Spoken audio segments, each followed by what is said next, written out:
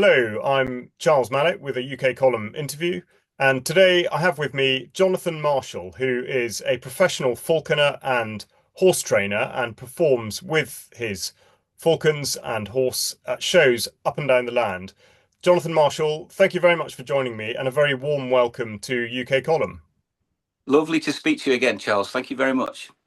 Not at all. And if in the audience you are wondering why it is that UK Column be talking to a professional falconer and horse trainer, it's because when I saw Jonathan perform at a show last year, he began by telling the crowd that this show was going to be the antidote to all that woke nonsense out there, and I was immediately hooked. Now, Jonathan, what I'd like to do is introduce you bit by bit, as it were. And a large part of your story is your upbringing and your childhood. So Yeah. before we get to where you are in life, will you just paint the picture of your younger self and particularly your interactions with nature and how that's guided you to where you are now? Yeah, absolutely. And that's very important. And I'm glad you asked me about that first, because it really is the start of me being a very aware person who's in touch with nature. I have the most wonderful mum. I had a lovely father who sadly is no longer with us. But my mother has always been somebody who wanted to guide me towards nature. She's a typical northern woman, Lancashire lass, very down to earth, very plain speaking, doesn't wrap things up in frills. And I think that she, with a real purpose and consciousness, she uh, instilled in me an appreciation of nature, animals, and the countryside. And right from being as young as I can remember, I loved horses. I loved all animals. I was absolutely hooked on anything to do with catching little frogs and tadpoles, um, grass snakes when I got a bit older, hedgehogs and all the animals that lived in Lancashire where I was brought up. And when I got to about 10 years old, we moved out to the countryside from Southport, the town, but we moved out into the countryside. And my whole later childhood, say from about 10 to being a teenager, I rode horses every day. I went watching the kestrels in the local woods, a place called Witchy Wood, which was not its real name, but it was dark and it looked a bit sort of mystical. And the kestrels nested there. And I used to spend my whole life, my whole summer holidays, pretty much on my own, watching wildlife. I do have friends. I've actually got a huge circle of friends, but quite honestly, I prefer animals to people. And the reason I feel like that is because I understand animals. I struggle to understand people, especially now. It seems to have got worse as I've got older. So animals for me were a great comfort. They were also a sense of inspiration as far as kindness, as far as reality, the natural order of things, which human beings seem to have completely flipped on its head and be going the wrong way. And whenever I'm with animals, and this only happened the other day, I went to a local wildlife park just to go and watch some animals, meerkats, and there was a tiger, and and I just think, oh, thank goodness for that. Thank goodness I'm with things that make sense to me, because the world doesn't make sense. Now, my grandma, who sadly has also passed away now, but she always used to say to me when I was a little lad, I'm one of five, by the way. She always used to say, "Oh, Jonathan, oh, you don't know, but you will know." And I used to say, "What, Grandma? What do you mean?" She said, "You're a free spirit, you are." And she said, "You don't know, but you're special." Now, these days, being special can be a compliment, and it can be the reverse of being a compliment. Uh, but actually, I think she meant it as a compliment, because I think what she was trying to tell me, because she was also a very much a free spirit and very much a um, honest and aware. That's the word. It's awareness. It's a consciousness that she was aware of that so many people aren't. But she could see that I was aware of it as well. She used to tell me this over and over, and she called me a free spirit when I was a little lad. And as it got older, I used to say, "Grandma, don't tell me that. I'm not. I'm just like my brothers. I'm like my sister. I'm like everybody else." No, you don't know, but you will. Well, she passed away about 5 years ago, my grandma. No, actually, do you know what? Because of COVID, I hate marking time through COVID, but it's probably about 8 years ago, thinking about it. As soon as she passed away, the day after she passed away, I was flushed with this unbelievable awareness, not only awareness, but also um, I started to see things that I had never seen before. It was actually quite a frightening experience, and it was unsettling because I couldn't explain it to anybody. The reason I couldn't explain it to others is because nobody could quite give me the answer I was looking for. Most people said, my family included, "You're losing the plot. You're mad. You've lost the plot." I knew I wasn't mad. To me, it was everybody else that was mad because they were living in this false reality that I couldn't relate to.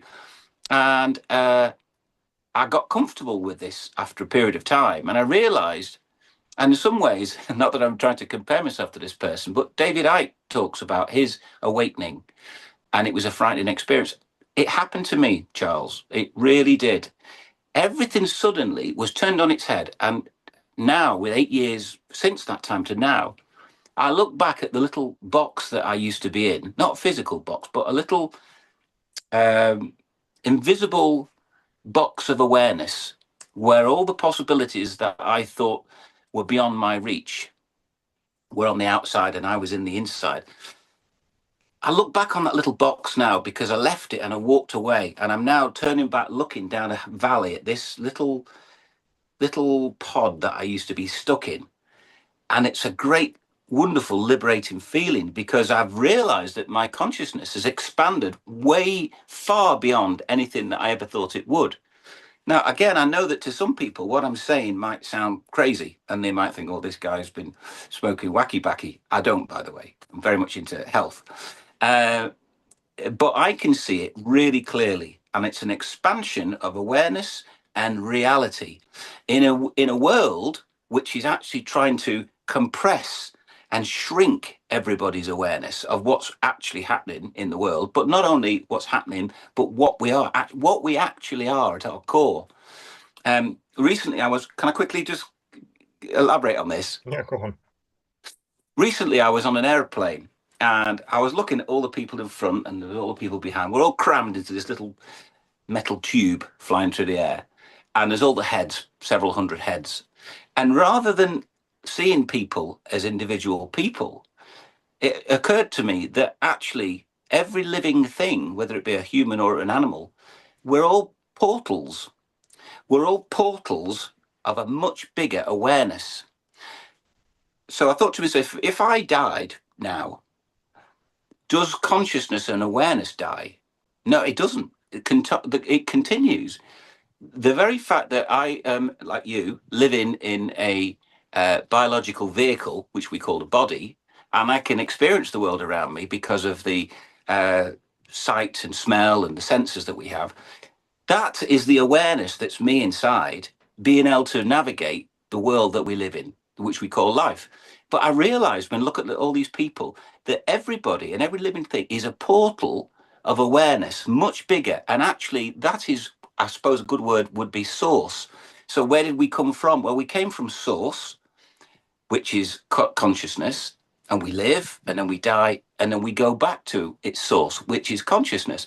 And consciousness is eternal. And not only that, we live in a very, very small field of awareness because we're invisible light. Frequency is all around us, occupying the very same space. I'm in my horse lorry now, and I know that this awareness that I can see and touch and feel and smell, smells of horse weed, by the way. I know that this is occupied by millions of frequencies that I can't see and I'm not aware of. But just because I can't see and I'm not aware of it doesn't mean they're not there. They are. They are there. Of course, we know they're there because everything that we see is vibration and frequency. And I just happen to be on this particular frequency right now, and I can access it because of my senses. So that's probably quite a hard thing for a lot of people to understand. But the more you think about it, it's absolutely undeniable that that's true. So, since I came to that conclusion, I'm no longer frightened of death. I don't want to die. I'm happy where I am at the moment. But I know that when I do die, this physical thing will die or cease to be. But me as an expression of awareness will go back to its source, which I know is a very deep answer to what you started off. But I've come to this conclusion not through people, not through books or school or any of that stuff, but by observing animals and nature And that is the greatest teacher of all, I believe. Yeah, I mean, I think actually what you do say will resonate with people. Perhaps they would have put it in different terms. And the points that I want to draw on are your references to understanding Yeah, and awareness, because it was evident to your grandmother, at least, yeah, that you did have what it is that you're describing. And you've just finished there talking about education and teachers. And it's yeah, very clear that when you were in the education system, what it yeah, was that you do have within you was not understood at all. Just tell me a little bit more about how it was that you were treated at school, yeah. particularly with regard to your views on spending time with nature and how you wanted to go down a particular path in life. I'll preface this by saying, while I pour myself a cup of tea, incidentally, that I got the distinguished, what's the word? I can be very embarrassed to say that I went to Britain's third worst school. Okay, it was voted that Britain's third worst school. It's called Millscop High School, which is near Liverpool. It's actually Lancashire, but it's very close to Liverpool. And I went there, and I was in all the bottom classes, labelled a thicko because I'm dyslexic. I struggle with numbers and writing, although I've written 5 books now because I'm determined to beat it. And quite honestly, I hated it. I hated school. I loved the art. I'm very creative. That's one of my paintings. If you can see it at the back there, I paint a lot. And I feel naturally drawn to that, create all sorts, music, painting, anything. I love creating. But I wasn't academic in the least. And so because I guess I was struggling a bit at school, and also most of the kids in Merseyside were into, it was either Liverpool or Everton or Manchester United, it was all football. I wasn't bothered about football. I like football, but I'm not mad on it. I loved my horses and I loved my falcons. So I was a bit of an oddball, really. Um, I wasn't picked on, thankfully, but I think a lot of the kids couldn't quite understand why at weekends I wasn't down on the recce playing footy with all the other lads. I was off watching kestrels.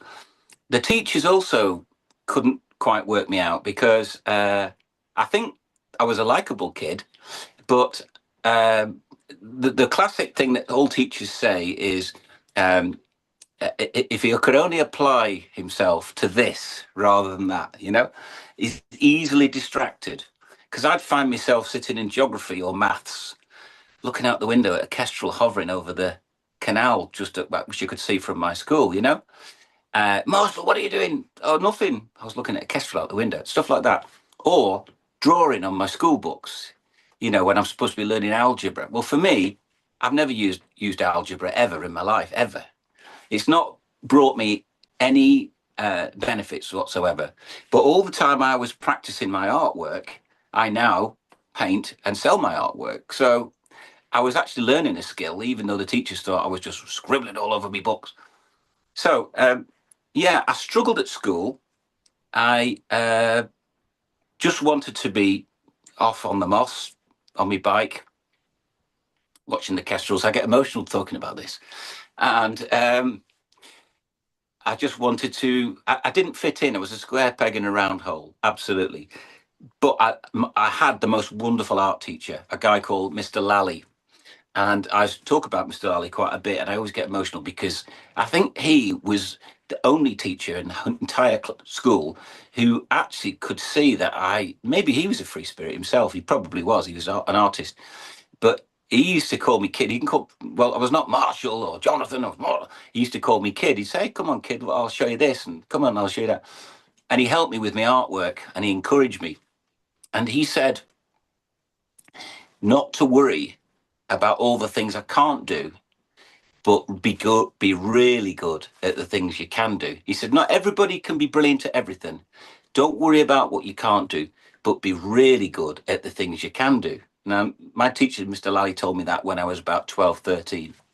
And do you know what? I still believe that to this day, because I honestly believe that every kid, no matter what their physical ability or not might be, everybody has got something that they can do really well.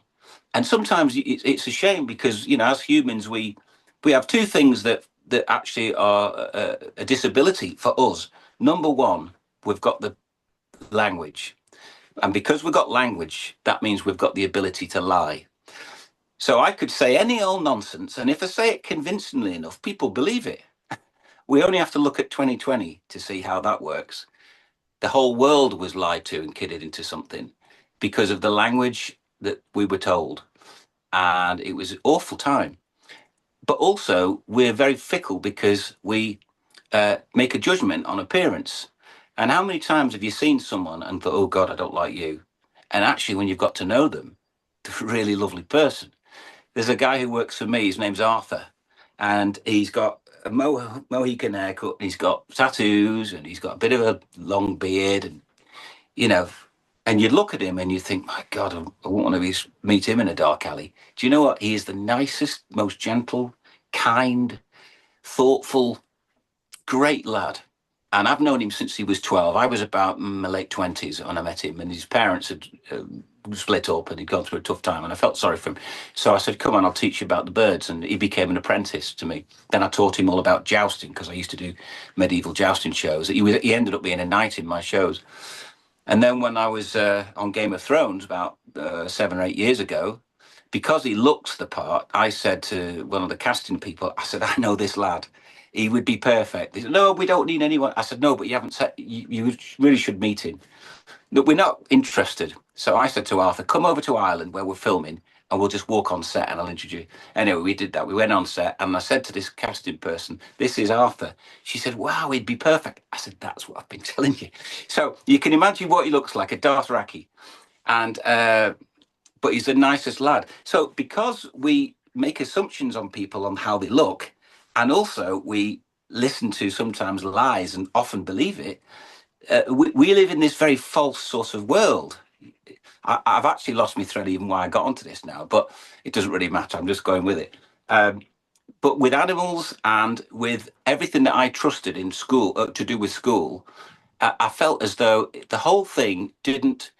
I didn't connect with anybody apart from Mr. Lally, and I just wanted to leave and be with something, immersed in something that I really loved, which was nature, animals, and reality.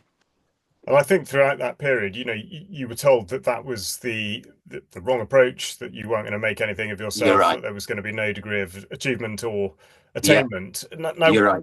what was it inside you, inside your mind, your spirit that convinced you that you were right? I really don't know. Quite often people say, how come you're so confident?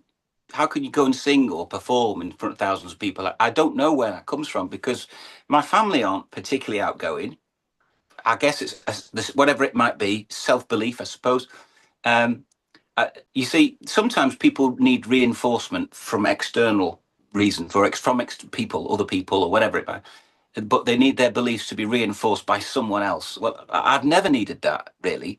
Um, my own beliefs and my views are reinforced by myself, which sounds really, really awful, I know. We're taught, particularly in Britain, that we're not supposed to like ourselves. It's called being a big head or a narcissist. Uh, Actually, I disagree with that. I think we should, first and foremost, before anything else, we should like ourselves. We should teach our kids to like themselves and actually not be ashamed to say, I'm a nice person. I'm good at this and I like this. Is why I admire, in many ways, some of the American positive spirit that they have. They're so positive and, you can do anything. And it manifests itself in reality because they believe it. And so because they believe it, they actually end up doing it. Now, in Britain, we're taught to be, the opposite of that, a little bit self-deprecating and not humble, because I think being humble is a good thing, but a little bit sort of putting yourself down all the time. That seems to be a national pastime. But I actually think that we should be encouraging children to be absolutely ecstatically happy with themselves as they are and what they can achieve and boosting confidence and teaching them that actually there is no limit to what they can do. All they've got to do is believe it. And you only have to look at sporting figures. Look at Muhammad Ali, one of my idols. Look at his self-belief. And that's the same with many boxers, particularly, actually. Prince Nassim Hamed was another. Um, Mike Tyson, that these guys believed no one could, that they were indestructible, no one could touch them. And so therefore it manifested itself. And I actually do believe that what you put out there, what you put out comes back to you. The reason I say that is because that is how I train my horse and how I train my birds. Um, when people see my falcons flying through the horse's legs at 100 miles an hour and whipping over the crowd, and they go, how have you done that? How have you trained them to do that? People say all the time. What even made you think of it in the first place? Um, it's building on confidence. You don't go out one day and let it go a mile and fly through the leg. You start off little and you build and you build and you build until you've got something that's so brilliant and it's so far from where you started off that people can't even comprehend how you even made the first step. And the legendary boxing trainer, Cus D'Amato, who trained Mike Tyson, he said, and I love this, this is Mike Tyson quote, he said that he saw in me a flicker, a flame, and he started to sort of add more fuel to and the flame became a bigger, and then it became a fire, and then it became a raging inferno. And so it could just burn down anything in front of it. But it all started from that little spark. That's how you train animals. And if that answers your question, I suppose that's it. Yeah, well, confidence, I think, is something that we want to get to. But what I'd like to do now is just show the audience what it is that you've been referring to. You've talked about your falcons flying and particularly through horses' legs and stuff. So we're just going to play a video which is from 2024, which is your promotional video that you used for your shows. And then we'll talk afterwards about your approach in front of large audiences and how you deal with that.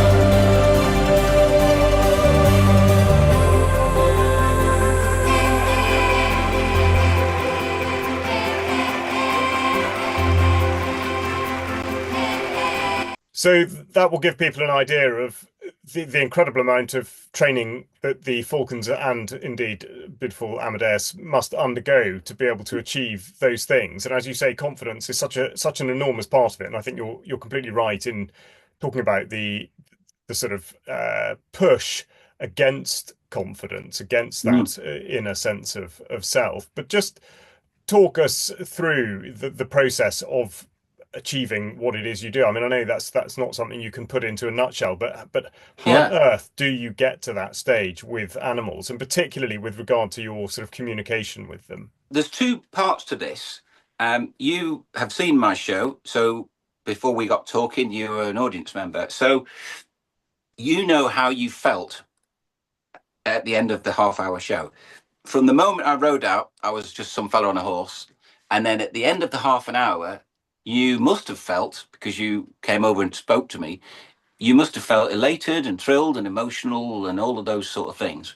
Well, to get to the point where I can go out with a horse and a couple of falcons and get people from feeling how they feel to feeling elated, that has come about over, first of all, many years of experience and practice, but also every second of my show, every second is really carefully thought and about and planned in my mind. So, as you will remember, when I come out on the horse, it's a big entrance. We come out, the horse galloping, your ears, it's all music and da-da and drama. because the first thing I want to do is get people's attention. There's no point me just trotting out saying, hello, my name's Jonathan. I have to get everyone's attention. So the big entrance is important.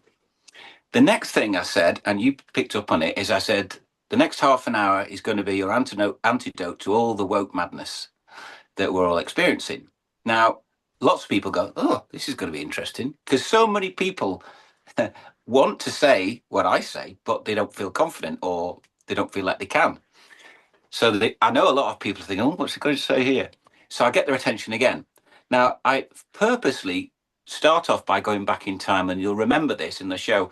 We go back to the theme tune from Black Beauty, and I talk through various different things from our childhood, because a lot of the members of the audience will remember, if they're a similar age to me, I'm 56, so they'll remember the 70s and the 80s. So I talk about things that are key moments in their memory from when they were children. So straight away, those audience members feel, gosh, this guy's just like us, because they can relate, because I'm talking about their own childhood memories. And this could be anything from Black Beauty to the Eurovision Song Contest to the music that was current at the time. And it sparks off a familiarity. So those people then feel like they know me straight away, because I've told them about something that they remember, which is, memory is a funny thing. Often nostalgia makes things better than they were in reality. But I do that on purpose because then they trust me. I tell them then about the horse, which is it's true story. Amadeus came to me purely through a set of circumstances. His previous owner had died. Amadeus was a stallion, untrained. They were scared of him. He came to me. And quite honestly, the day I met Amadeus, I knew straight away we were going to be best friends. We connected perfectly. You know, people say that, you know, people who get married, their eyes met and they just, well, it was like that with my horse. I met him, I knew straight away. We just got on so well. Going back to the show, then of course, then I tell them the story about Amadeus, and I get him to bow, and I get him to rear, and all the sort of things that people find impressive. To get a horse to rear is pretty easy, and to get it to bow is pretty easy. Far, far easier than doing something like a dressage test, which I couldn't possibly do because I'm not that good a rider. But I'm a good enough showman and a good enough rider to be able to make it look impressive. And then, of course, I introduce them to the falcons. And I often leave a lot of space, and you'll have noticed this in the show. There's lots of moments where I'm not talking. I'm letting the music, because I have lovely music playing, I'm letting the music kind of do the speaking, the talking, because the problem is sometimes when you watch a show, there's too much prattle, and you can't get the audience to think for themselves. And that's one of the best things. Public speakers who aren't rushed, who allow gaps, they allow the audience, if you like, to fill in the gaps on their own. Is if it's just like a machine gun, you're not thinking about it, you're just hearing. So I purposely leave gaps. Of course, I let the falcon fly free, and it flies off sometimes so far or so high you can't even see it. And then just when the music, which is beautiful music, comes to a crescendo, I call it back, it flies to the horse's legs. And so everything I've said up until that point, I've just kind of, if you like, put another layer on top of it. It's almost a bit like hypnosis. I've made the audience of sometimes 1,000 or more people think, God, this guy is not just telling a good story. Everything he said, I've just seen it. Falcon, a wild falcon, flown off, come back through the horse's leg. Incredible. So they feel then really confident in that they're in the control. A bit like when you get an aeroplane and you hear the captain's voice and he sounds sort of, ladies and gentlemen, you know, they always sound confident. It makes you feel better. You know, if you had someone who is stuttering and didn't, you'd think, oh my God, I'll get me off this plane. It's the same when you're doing a show. The person who's in charge has to be confident because that makes everybody relax and enjoy it more. Then the next part is I let Amadeus go free, and he runs free, and I chase him, and I talk about us swimming in the sea in Cornwall together. That then is another layer. It adds a feeling of freedom because not only is this horse doing everything that it's instructed to do, but then it's doing it of its own accord, and the falcon's doing it of its own. So again, the audience then are invested in the belief that what they're seeing in front of them is something really quite special and almost spiritual. And I actually do talk about that. I don't know if you remember it. I always say the next half an hour could change your life. Okay. And I say it with a bit of a twinkle in my eye, but I know it actually has done because so many people email me or message me and they said, I've never seen anything like that ever. And they become followers and it actually has changed their life. And then the very last part of the show, and again, you'll remember this, is I turn to all the kids, all the children in the crowd, and I tell them that not that long ago, I was just like them, sitting on the other side of the barrier, watching a show. And I thought, I wish I could do that. Wouldn't it be great if I could do something as amazing as that? And everybody said, you can't do it. You can't do that. Marshall? What Marshall? Jonathan Marshall, that idiot. He couldn't possibly do that. He's a nobody. And yet, here I am doing it.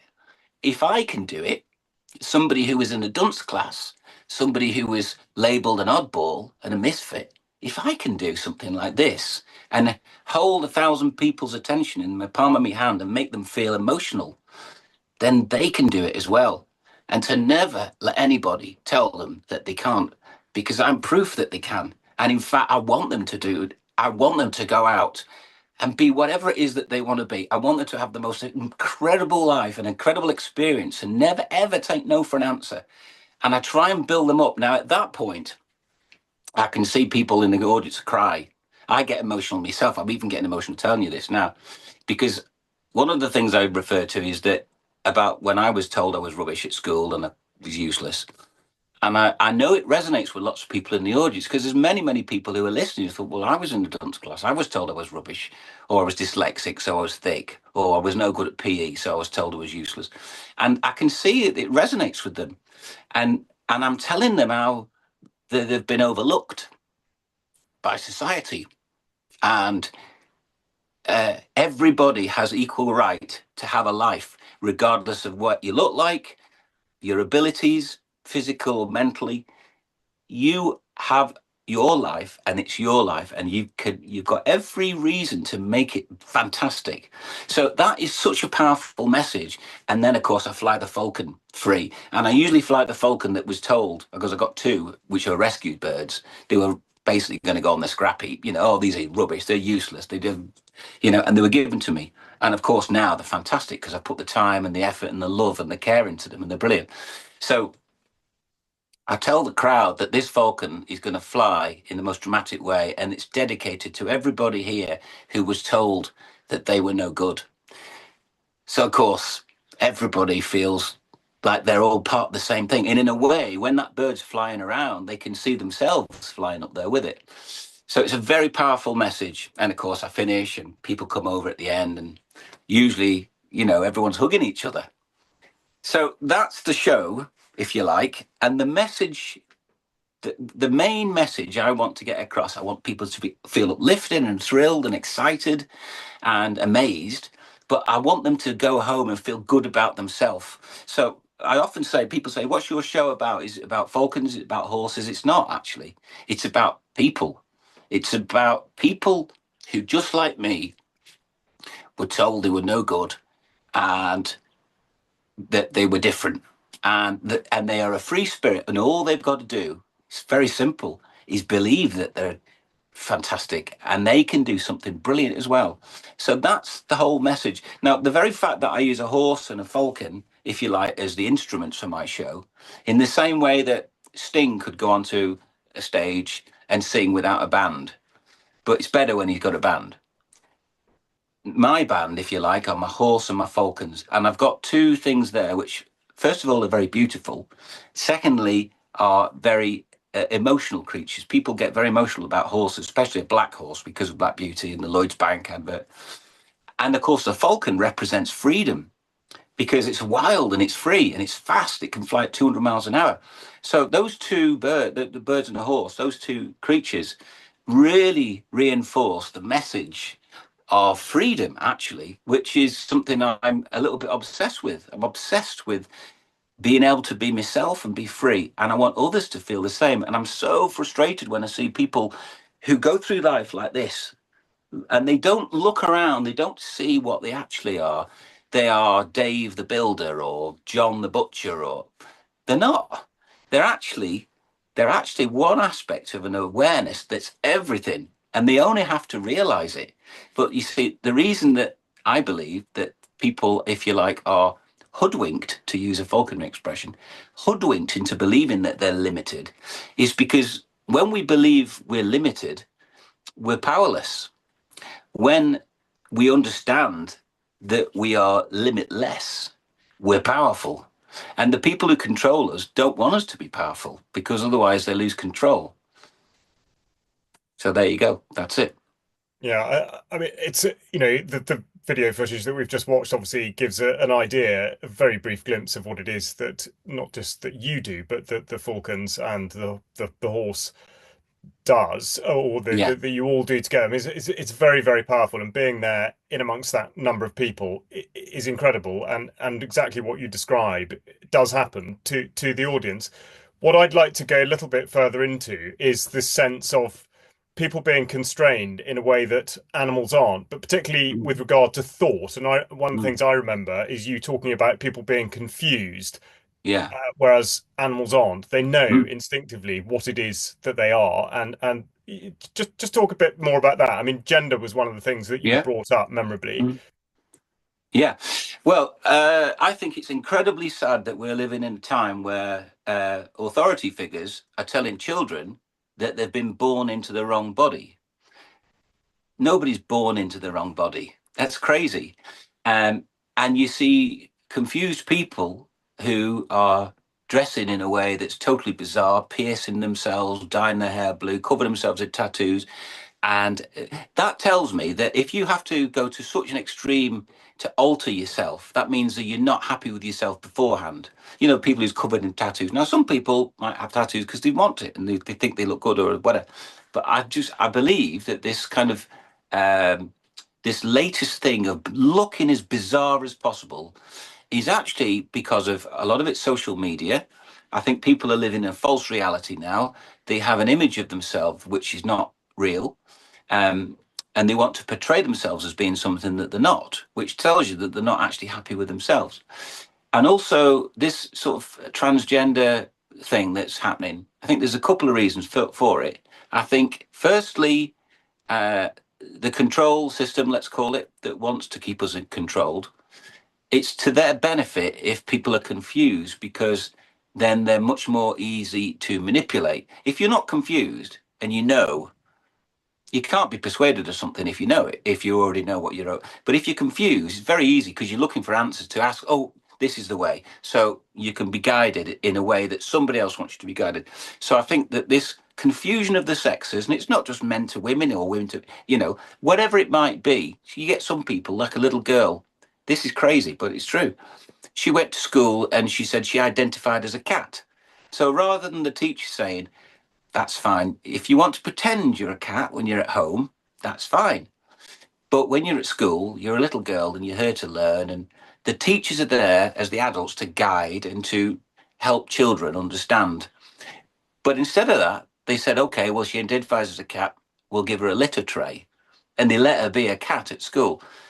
Absolute total madness. I can't think of a word to describe how crazy, topsy turvy, and totally mad all this is. Now, I'm not a religious person. I do believe in a much greater force than us, but I'm a very spiritual person. And I believe that a lot of this stuff that we're seeing is actually satanic. And the reason I say that is because if you think of nature as being everything that's real and true and came from a greater place than us, because let's face it, we've only been around humans for what, a million years, a bit more. And nature, birds, reptiles, have been around for millions and millions of years. So, and also the natural order of things, the strongest, the survival of the fittest, that's the natural order of things.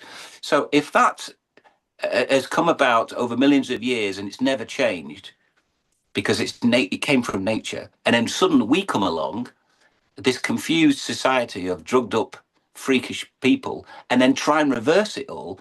It's the opposite of nature. Now, I believe that if you like God, there's various different religions, they all have, but they're all saying pretty much the same thing. There's a God who controls everything.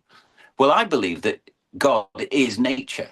He's certainly my God anyway. When I go and stand on the cliffs or up on a mountain and look across the beautiful countryside, the sea, to me, it's the same feeling that you get out of being when you're in a huge cathedral.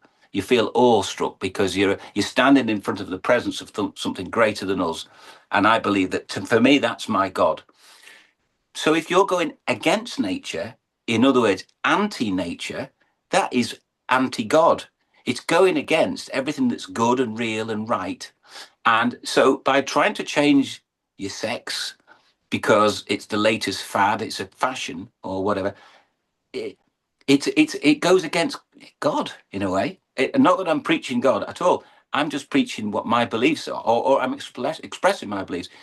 I think that the examples of everything that should be the natural order of things are all around us in every living thing. I'm looking at the grass, these bushes, the trees, the birds, the sky, everything. Their examples are everywhere. Every time you see a little tiny spider make a web in the corner of a window, it's a little miracle. It really, really is. How many more miracles do we need? It's everywhere around us if you can only open your eyes and see it. But so many people overlook that. They think that miracles are these devices that we're all supposed to be obsessed with, or iPads, or and all of that is man-made, and most of it's lies, most of it's utter nonsense. So we're being guided, if you like, by a society that is pushing an anti-nature agenda. And I think that I feel very, very sorry for young people who might feel that when you're 20 or 25, you can become transgender and it's all very cool and current because it's the latest fashion. How are these people going to feel in another 10, 20 years when everybody's got bored with it and fashion has moved on and they've mutilated their own body? They're not male, they're not female, they're not able to have children. There are going to be a lot of suicidal people thinking, what the hell have I done? When I was a young fella, punks were the latest fashion, and punks came and went, like all fashions. If you pierce your nose with a safety pin or wear some, dye your hair blue, it's a costume. You can take it off and you can become a normal. You can't take the costume off when you start uh, you taking away, mutilating your own body. That's a costume you're stuck with forever. And those poor people who are actually, I think, very vulnerable because they're easily influenced, there's going to be a lot of people suicidal, and that's not good for any society. And it's being promoted by media, not only television, radio, but in pop culture, on mobile phones, on TV commercials. It's everywhere, and I just look at it and I think, am I the only person who can see this utter madness? And why is everybody going along with it? Why are there transgender men twerking in front of little children? It's play groups. How can that be good for society? Why was it that a couple of years ago the White House had a transgender week and Joe Biden and all his cronies were all walking around with these ridiculous people who are totally confused and, in my view, mentally ill? I just despair, and that's why I say that my show, I'm there to entertain, of course I am, but how can anybody who has these thoughts and feelings stay quiet when you've got the ability to say things that actually most people agree with, but they just are too scared to say? Yeah, I think that's very well put, and you hit the nail on the head with the anti-nature agenda. And of course, the paradox being that we're all told to fear what's being described as climate change, and that therefore we have to restore nature and restore biodiversity, when in actual fact, the opposite really is happening. And this is a constant battle against nature. Now, to go back to what it is you are able to do in your show, which, as you say, is to build up this amazing rapport with the audience by relating to things that are common ground, things from other people's childhood that resonate with them. And you then introduce these topics, which for a lot of people are things that they either would consider far too challenging or they'd never really thought about before. I suppose as the years go by, I mean, what sort of responses do you get from people who have not considered? I mean, I came up to you because obviously I had thought about this before and Yeah. it did immediately strike a chord. Do you get people coming up to you who have, in effect, had their eyes opened? Charles, this is the great news. This is the great news about it. I've been expressing these kind of views for at least 8 years. And a lot of people, especially 5 years ago, because I had a lot to say about the pandemic, And they were like, "Oh, he's lost the plot. He's definitely lost the plot." And I have people coming up to me now and emailing me on a daily basis, and they say, "Do you know what, Jonathan? I I thought you were mad a few years ago, but now everything you've talked about, I get it. I see what you're saying. I understand what you're saying." Now, one of the things that you just touched on then, and this is something that I think now people are starting to wake up to. I've known that this climate change, utter nonsense, utter BS. It's so utterly ridiculous and so crazy, and they're pushing it so hard. Every time you turn on the television, it's obvious it's crazy, and it's obvious it doesn't make sense. I've just driven through beautiful countryside to come back to Cornwall, where there was a field that a couple of years ago was full of cows or sheep grazing. Now it's a horrible, ugly mass of solar panels reflecting heat back into the atmosphere, which, by the way, we're supposed to be reducing it, according to all the experts. And also coming across Exmoor, looking out at all these horrible, ugly, inefficient, bird killing wind turbines that blight the landscape at every direction, not just a couple of dozen, hundreds, thousands of them. And that's all supposed to be in the name of saving the planet. And I'm thinking to myself, how can people not look at that and go, this is total madness, especially when they're inefficient? Um, I know because I study this sort of thing that last year there were, I think it was 8 white-tailed sea eagles that left the nest and within the first week were killed by wind turbines. Okay. And people think that there's a lot of virtue signaling going on. And this extends into so many things that we've been brainwashed, well, not the likes of you and I, but the general public have been brainwashed into believing. And here's this: if I was to do, my brother's a caricature artist. If I was as good as caricatures as my brother, I would love to do a caricature of somebody's house that have a Ukrainian flag, that have a sticker in the window that says "I've had my COVID jabs," that have one of those rainbow flags in support of transgender. They'd probably have something referring to bird flu somewhere. And they would also have every kind of windmill, solar panel everywhere. So, what I'm trying to say, I know you're with me on this, is that people virtue signal, and they do it on the Facebook or on the internet as well, because the latest thing that they're told to believe in, they go, "Oh, I'm a good citizen. Look, I've got my badge to prove it," you see. But what they're not doing is thinking for themselves. And it astounds me that people don't think for themselves. When you look at it, all the nonsense on television, and I'm talking about Love Island and, I'm a celebrity, get me out of it, and even the soap operas, and in many ways, sport as well. Those, I believe, are purposely put out to distract people, to make them look over there when really they should be putting the time, energy, and effort into understanding what's over here, but they're not because they're so busy. It's like with a load of I don't know, a magpie. I've got lots of sparkly, frilly, shiny objects over here. Look at these. Aren't they interested? Oh, when actually it should be looking over in that direction. And that's the general public. And I love people. If do you know what? If I didn't love people, I'd just keep my trap shut and get on with my life because I've lost work because of my views. I've been accused many times of being too outspoken. But actually, I do love people, especially the young people like my boys, my lovely children, my lovely young lads. And I worry for them and any future grandchildren I might be lucky enough in the future to have.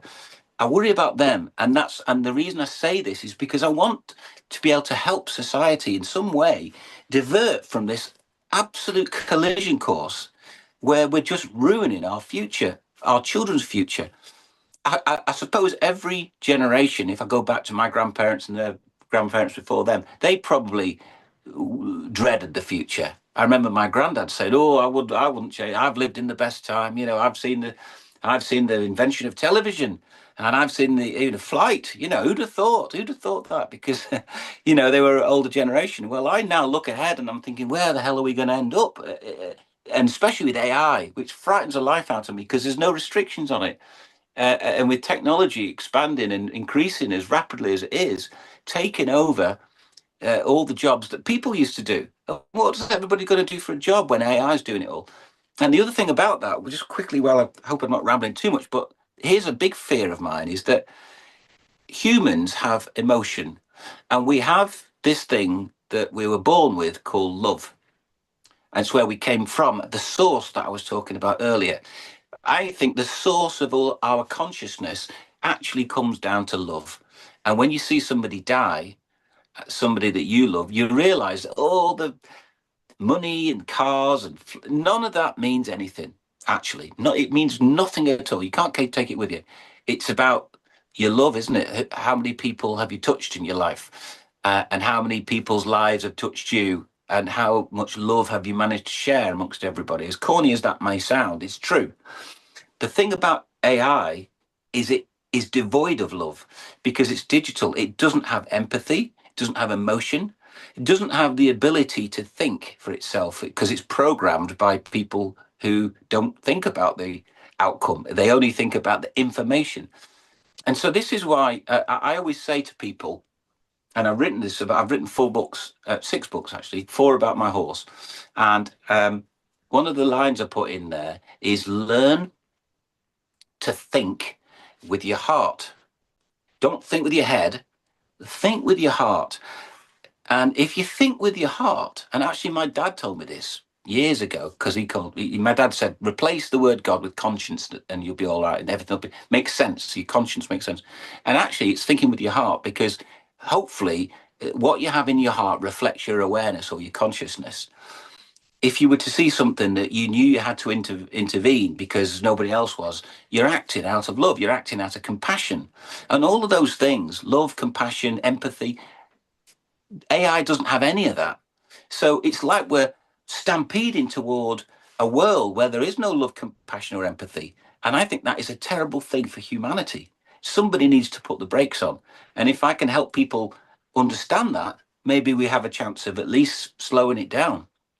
Absolutely. And you bring out something really critical, which is that you have you are in a position where you get to address a large number of people in many different settings over the course of a year, and therefore you have a very powerful message because you are able to communicate with people Mm. in that way where you captured their attention and Yeah. you realize that you do have a very important message to deliver. But at the same time, what you're dealing with is regarded as controversial. And you talked about that element of censorship. Can you just go a little bit more into how that has affected what it is you do and how you do sort of walk the line in terms of Yeah. being dictated to by your conscience, but also having to Yeah. have Yeah. that awareness that people could, of course, cancel your shows.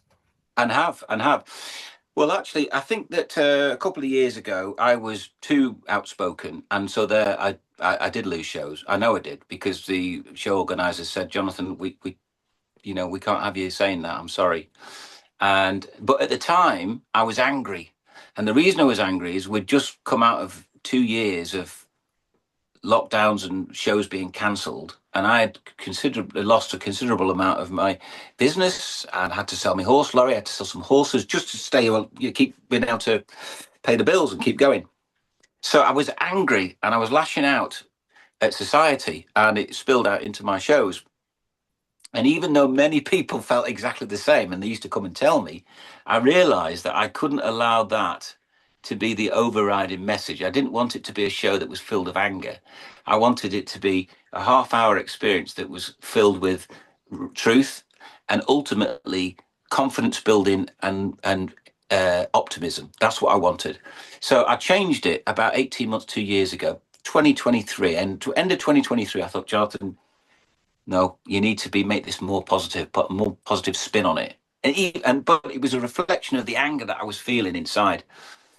I think I've now hit the right balance because those people and the many of them who have no clue about what you and I have discussed privately and we're talking about now, and I know that we're on the same sort of page. But so many people have no idea of it. It's too much for them to be bombarded with information that goes against everything that they understand. And here's the problem with it, you see. When you express the sort of views that I express, you're challenging sometimes people's belief system that they've believed in for 60, 70, 80 years, and they don't know any different. And I come along, with my horse, my birds, and my beautiful music, and start telling them that everything that they think's real is a load of old nonsense, which actually I do believe. I do think that they're living in some sort of false reality, but I can't be that harsh about it because it upsets them. So I have to try and present it in a way that is appealing and hopefully might sow the seed for them to go, there's a few things in there that I really agreed with, and actually I'll look into it more. I've always said to people, I'm only just expressing my belief. And I believe that what I see and what I can express to you is absolutely right.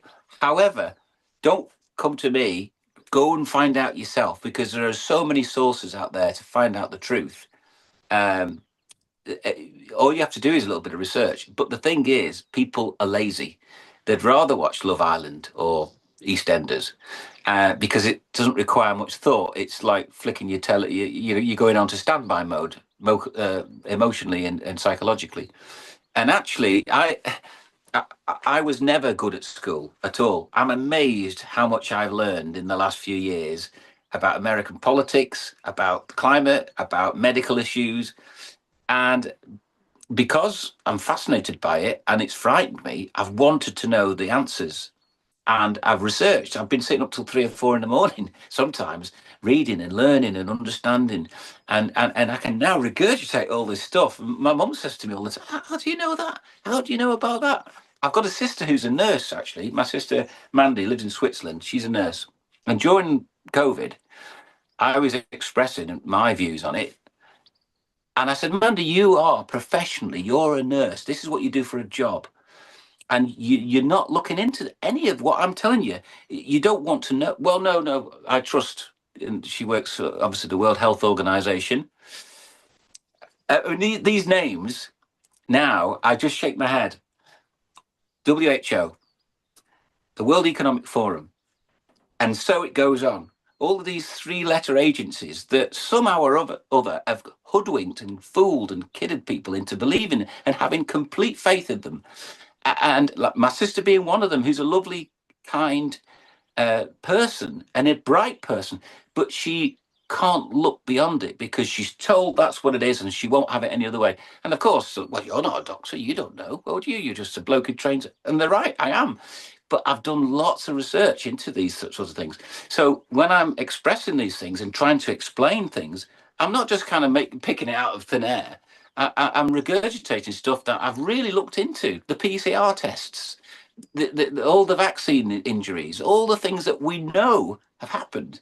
The fact that things like hydroxychloroquine and all these other supposed things that were hidden from the public during the pandemic, I know all about that. I've looked into it, and so it amazes me that my sister wouldn't even consider looking into it and finding out another point of view.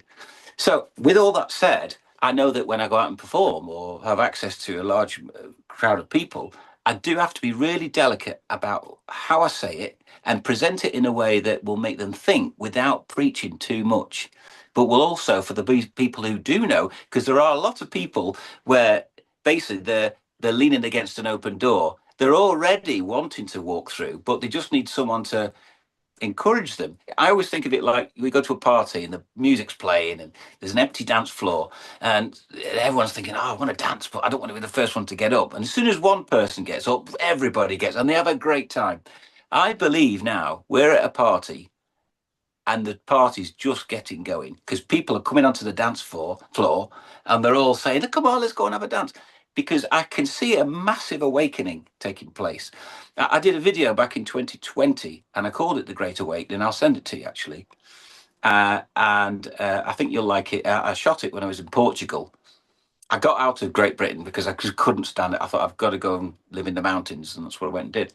And we really are going through, I believe, a great awakening. And it's happening much slower than I want. But it is definitely happening because I can see the people who used to look at me like this are now looking at me and they're saying, thanks for saying what you've said. And I thought you were mad, but I get it now. So I'm optimistic about it. that's the only way to be. And I think it's amazing how we've sort of in a way come full circle from what you were told at school in terms of not applying yourself to the right thing, back Yeah. round to people in their professions being absolutely wedded to the idea that it can only be viewed this one way because you are a doctor or a nurse or whatever it is. But I Yeah. must say, obviously, that you're I mean, I think we've got a sense of this through the course of the interview, but your show absolutely is full of joy, and it Mm, that is very obviously it radiates back off the audience. Now, Jonathan, what I'd like to do, just to round off, is to give people an idea of where they can find you either online or in person at a show over the course of this year. What should people do who want to know right. more and want to come and see you? Yeah. Well, that's great. Thank you for that. Well, I've got about 70 shows in my diary for this year. The first one being in Easter, and then from then it's pretty much flat out till end of September. So they can find my show list on my website, which is jonathanmarshallshows.com. And I'm all over the country. I'm even going over to the Isle of Man to do a show out there, up in Lancashire and Yorkshire, and a lot of shows in, for some reason or another, in the southeast, sort of Henham Park's the first one in Suffolk, but all over the country, and of course a lot in the West Country because that's where I'm actually based. So you can imagine I do a lot of miles in the summer months, traveling around. So that's where they can find me. Any feedback, positive and negative, I willingly. Encourage, because I'm not right about everything, far from it. And if I am wrong about certain things, I would want someone to say, that's not quite right. And then they can, because we're here, all of us, aren't we, surely, to help each other understand. We're all aspects of the same consciousness, as I said in the beginning. And I always think of it like the ocean, it's all water, but it all has different currents and different persuasions and movements. And so to help me and everybody else really sharp focus on something so we fully understand it, everybody, it's great to swap ideas, even if they're not the ideas that you have. So I encourage it. I don't think debate and I don't think disagreement is a bad thing, actually, because it helps everybody in the long run to really focus more clearly on what we should be doing. So that's where they can find me, and I'd love to meet them. And please come to a show, or drop me something on social media. So I'm on the Facebook, I'm on Instagram, and I welcome feedback.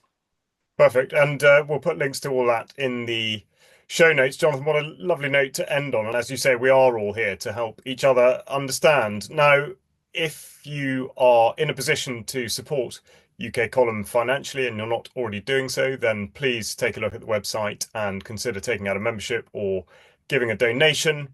And also, following the links that will be in the notes, please find a way of going to see Jonathan at a show and be amazed. I can absolutely testify to the complete wonder of one of his shows. So I do hope you'll find your way to one of those at some point this year. And so it just remains for me to thank Jonathan very much indeed for joining me at UK Column. It's been a real pleasure to talk to you. My absolute pleasure, and I'm sending love to all of your audience. Thank you.